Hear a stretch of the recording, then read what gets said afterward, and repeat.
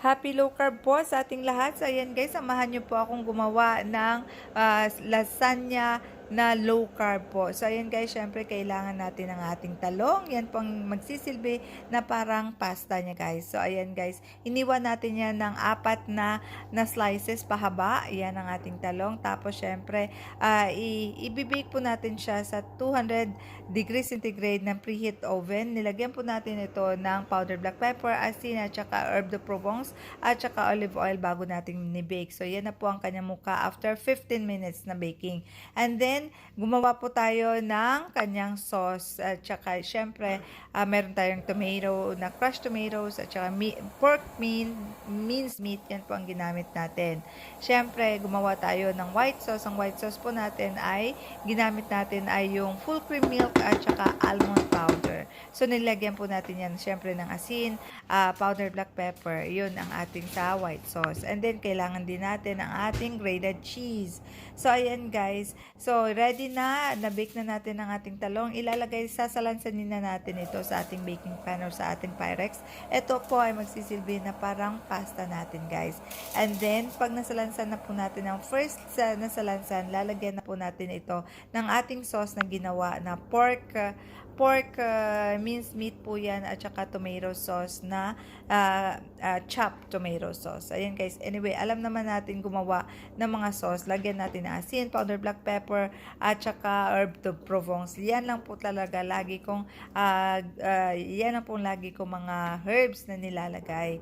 At saka syempre, nang nasalansan na natin first layer guys, lalagyan na natin ito ng ating white sauce na ginawa na almond powder po ang ginamit natin yan dyan. Tapos syempre meron tayong asin nilagay, powdered black pepper at saka syempre yung kanyang ang kanyang milk na ginamit natin ay full cream milk. So and then guys, salansan na natin lahat, lalagyan na natin ito ng grated cheese sa taas. Ayan, medyo abundant po ang lagay natin dyan kasi yung ating ang ating cream po, ang ating white sauce po, hindi naman cream ang ating ginamit. Tapos lalagyan na naman natin ng second coating po ng ating talong. Ayan, na bake. So lalagyan na naman natin ng ating bolognese sauce sa taas, and then pagkatapos na natin lagyan ng lahat nasalansan na natin lahat, lalagyan na naman natin siya ng ating white sauce. So ayan guys, 'di ba masarap siya? Yan po ay almond powder po ang ginamit natin dyan. So, ayan, salansanin natin maigib.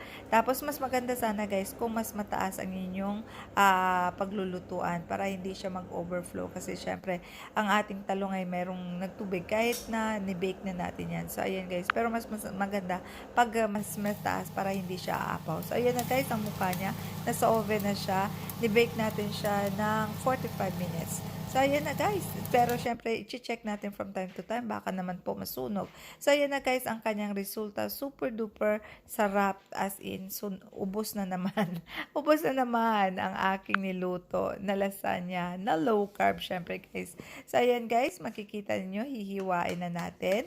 At makikita ninyo po sa loob niya kung ano ang kanyang kagandahan ng ating low carb na lasagna. So, ayan guys, as in 100% low carb po yan. Clean low carb po tayo. So, ayan guys, isa-serve na natin ito habang mainit-init pa. At, ayan guys, happy low carb, enjoy low carb, and enjoy the benefit of low carb.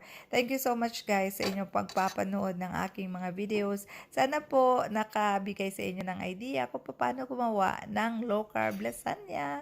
Hanggang sa muli po. Bye-bye! Enjoy your meal!